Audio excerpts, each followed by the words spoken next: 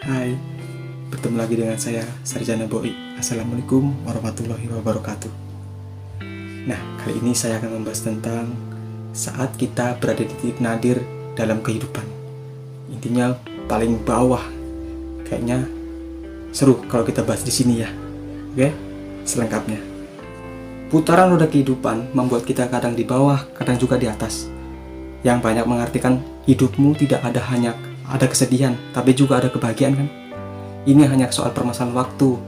Mungkin kamu lelah, tapi jangan berhenti agar kamu tetap bisa mengikuti arah putaran itu. Karena hidup juga butuh perubahan, bukan? Bahkan ada pertanyaan seperti ini.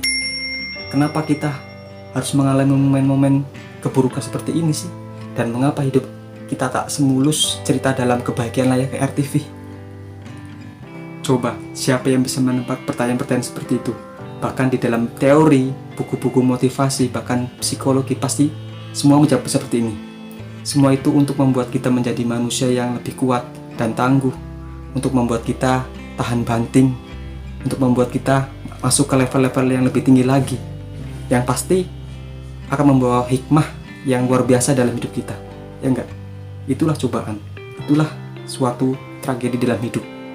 Tidak semua mulus, bahkan tidak semua bahagia-bahagia. Pasti ada gelombang setiap permasalahan dalam hidup kan. Bahkan banyak caption yang mengatakan seperti ini. Dunia ini kejam, yang banyak digunakan para mereka yang pernah gagal dalam terpuruk dalam kehidupan ini, ketika keberuntungan tidak memihak kepada mereka. Banyak sekali hal-hal seperti itu yang kita temuin di media sosial. Padahal kenyataannya merasa bahagia setiap saat adalah suatu yang mustahil. Serius. Omong kosong itu yang membuat kita berpikir kalau hidup yang baik adalah hidup yang isinya hal-hal positif aja. Nyatanya kesedihan itu juga bagian dari kebahagiaan, bagian dari hidup kita. Ya maksudnya begini, ketika giliran kita merasakan sedih, kadang kita nggak tahu apa yang membuat kita sedih. Ya tiba-tiba sedih aja gitu, kan lucu. Nah, itulah bagian dari kebahagiaan kita, bagian dari hidup kita. Nggak semuanya hal-hal itu adalah hal yang baik, hal yang positif. Enggak, itu adalah bagian dari hidup kita, bagian dari jiwa kita. Enggak selamanya kita sedih, enggak selamanya kita bahagia. Ya ada saja pastinya. Inilah yang disebut titik di mana dunia merasa terbalik. Satu-satunya perasaan yang bisa kita rasakan hanyalah perasaan negatif. Justru belahan saya bersadar bahwa di titik ini mungkin kita akan bisa melihat perubahan besar dalam hidup kita.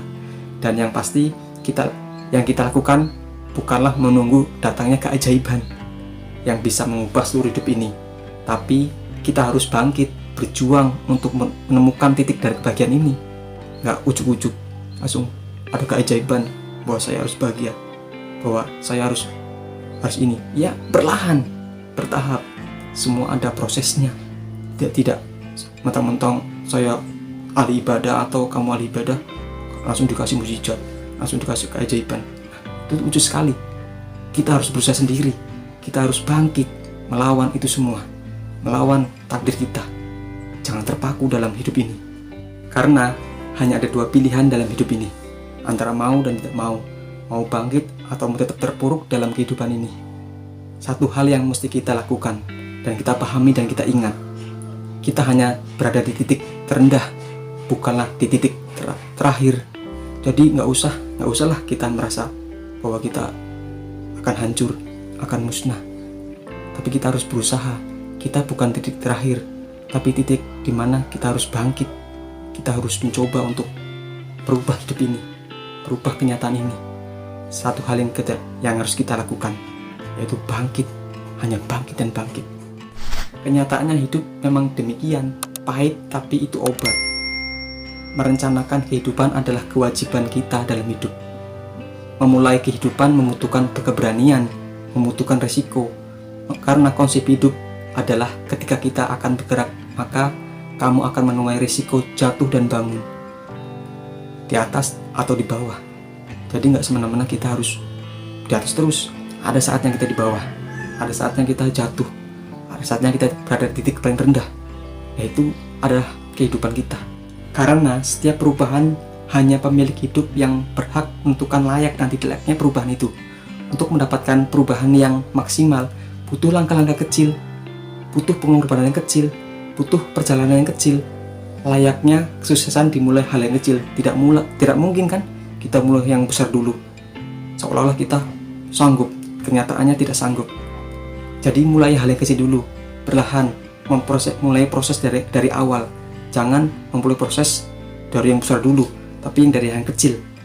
Mari melangkah untuk sampai pada kesuksesan itu. Semangat! Jadi kesimpulan dari jawaban video ini yang saya jelaskan tadi, semua kembali ke diri Anda sendiri.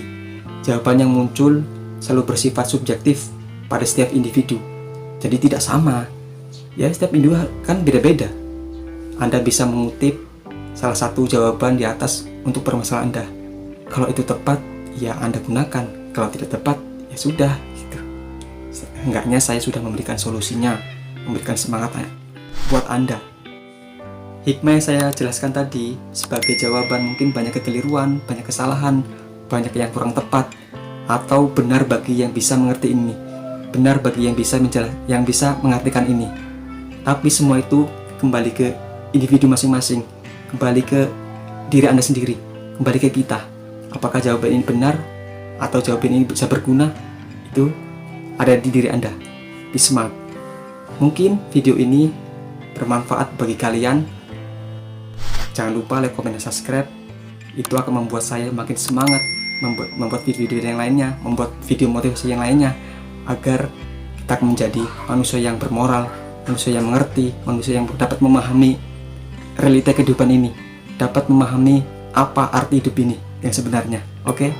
Jangan lupa ya, like, comment, dan subscribe. Oke, sekian dari saya, dari Sarjana Boi. Assalamualaikum warahmatullahi wabarakatuh.